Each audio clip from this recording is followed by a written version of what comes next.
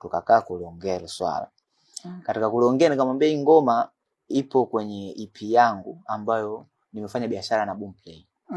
Kwa hiyo ili tuweze kufanya hii ngoma na tuweze kuitoa lazima tuongee na Boomplay. Kwa mimi nikamtafuta Jafet wa Boomplay. Nikamwambia bwana, ndugu yangu, nina kazi lakini ile kazi yetu tulizofanya Rayvanny ameipenda. Kwa hiyo anaomba tufanye verse ya pili. Akaniambia hilo halina shida, lakini itabidi hiyo ngoma iweke katika digital platform zako. Ile swala nikamfikishia bwana, ndugu yangu, bwana amekubali, lakini hii ngoma itakuwa iko katika digital platform zako. Sasa hiyo haiwezekani. Inabidi tukae tuongee na Boomplay tuelewane. Kama ni itakuwa kwenye digital platform zako, mimi ile kazi siwezi kuifanya. Akamwambia basi itabidi tuongee nao. Tukampigia tena Jafet